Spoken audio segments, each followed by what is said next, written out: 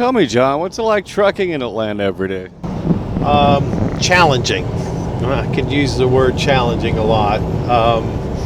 Depending on the time of the day, early morning, you can pretty much skirt around Atlanta with no traffic jams or congestions, and possibly maybe not even getting cut off. Early or later, you get in the day towards the afternoon hours. Rush hour traffic starts to kick in, and then you got to be very patient. You got to be patient with people, understanding they're in a hurry to get home, understanding that they don't know the limitations of a tractor trailer, the size and the weight, knowing that a fully loaded tractor trailer takes over the length of a football field to come to a complete stop.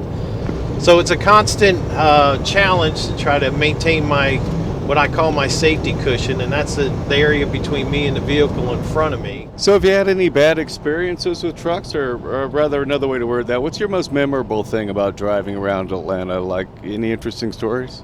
Well, I'd have to say my most memorable experience around Atlanta was a few years back when we had that big ice storm come in. I had a good friend of mine, his name's Ron Peavy, who drives for STI, who was caught in that storm. Most over-the-road, I should say all over-the-road truck drivers, we carry a wide assortment of stuff with us because we're gone for days and weeks and sometimes months at a time. Well, he happened to get caught in that storm, and he was on 85. I believe he was south of Atlanta it was 75. The road was shut down, and he had a week's worth of food and supplies in his truck. And I just remember him posting on Facebook. I mean, we're all on social media, being stuck there for, I believe it was 28 hours, and handing out food, handing out blankets to motorists that were stranded also. Just helping out where he can. And that's what most professional truck drivers are out there are. Just, we got big hearts. We're out there trying to move America's goods across the nation. So when you go to your local Walmart or your local convenience store, grocery store, that the bread and the milk's on the shelf. So I'd have to say that's one of my most memorable experiences. It wasn't one that I actually played a part of, but a fellow truck driver was, and it's something that just sticks in my head, just knowing that we're here to providing a service, not only driving, but actually out here trying to be as safe as we possibly can so we can get from point A to point B without having anything happen, regardless if it's at our own fault or the fault of somebody else. We're just out here trying to do the best we can and as safe as we can. How would you describe the average day driving in Atlanta? The average day driving, a bit stressful, but with that, you just have to be patient. Knowing that you're going to hit traffic, no matter what time of the day in Atlanta, you're going to hit traffic. You're going to deal with impatient drivers. That's where my patience comes in. That's where my professionalism comes in, knowing that there are going to be impatient drivers out there. There are going to be people that are going to cut in and out of traffic. There are going to be traffic jams. So getting my mindset before I even get into that situation, knowing that it's going to happen and getting myself prepared for it. Let's see. Like right now.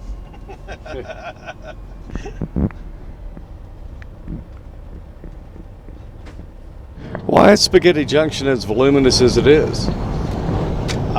Just everybody travels through here. Either if you're coming from the north headed south, you're going to hit here. Whether you're going from the east to the west, you're going to hit this area. Whether you're going from the west to the east, you're going to hit this area. So everybody has to travel through this specific intersection.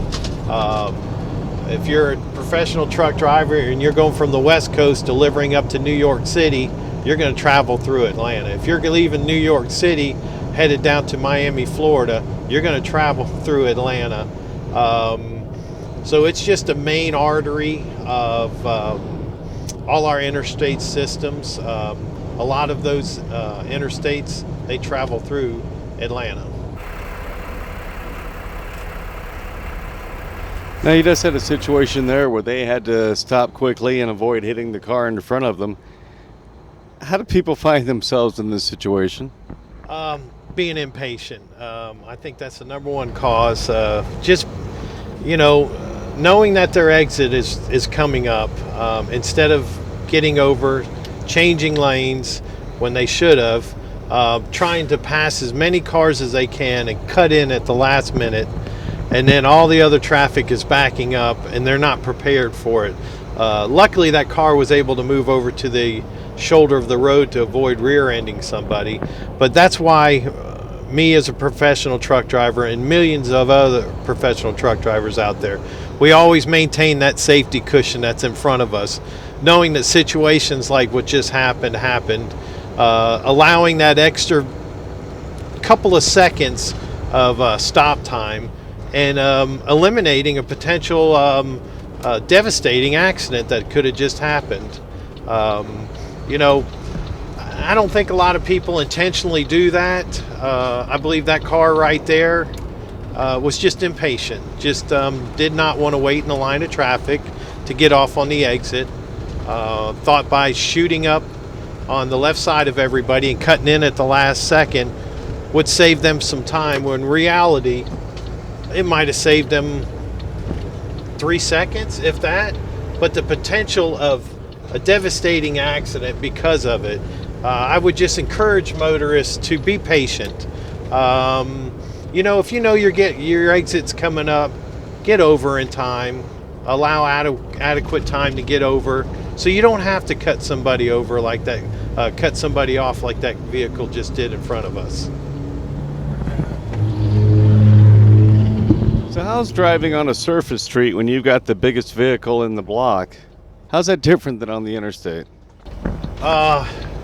It's different when you're making turns, like we are right now. We have 3 lanes that turn to the left. Knowing that I got to swing real wide to accommodate this 53-foot trailer that's behind me. Constantly checking my mirrors, making sure that there isn't a car that's going to try to slip in between me and maybe a curve, or me and another car, to allow adequate room for my trailer to swing without having something happen. What would be the heavier congested areas, or are they all about the same? They're all pretty much about the same during rush hour traffic. I'd say the most congested area would be on the top side of 85 and 285, going north on 85, coming off at 285. That's the most congested area as far as truck traffic's concerned. A few months ago, ATRI, American Trucking Research Institute, did a study of the most congested truck traffic areas in the nation. And that artery, that part of Atlanta, came out number 1. Something, you know, me living in the metro Atlanta area, we're not very proud of, you know, but knowing and anticipating those areas as a professional truck driver, allowing myself extra time to get to my destination, being extremely patient, understanding and knowing that, you know, people are going to be impatient when it comes to traveling in those areas, allowing extra space between me and the vehicle in front of me, constantly checking my mirrors, being aware of my surroundings, knowing that my ultimate goal is to get from point A to point B as safely as possible. Not only looking out for my safety, but the safety of everybody else around me, knowing that every person behind the steering wheel is a living, breathing human being. Somebody's mother, somebody's father, brothers, uncles, sisters. Just knowing that helps prepare me mentally, so I can go out there and drive as safe as possible.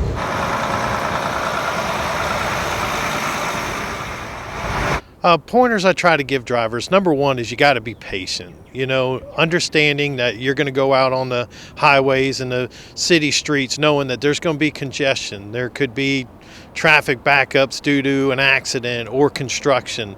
Number 1, just be patient. Number 2, understand that put your cell phones down. Distracted driving is huge. It's an epidemic out there.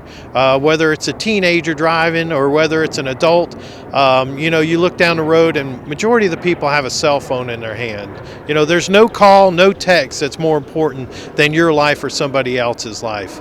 I encourage you to put your cell phone down. If you need to make a call or you need to make a text, pull off the road to a safe place and park and make your call then. Things I encourage drivers to do when they're out there sharing the road with a truck this size. Let's face it, it's a big truck and it can be intimidating. But know that, number one, there's a professional truck driver behind the wheel. My ultimate goal is to get from point A to point B as safely as possible.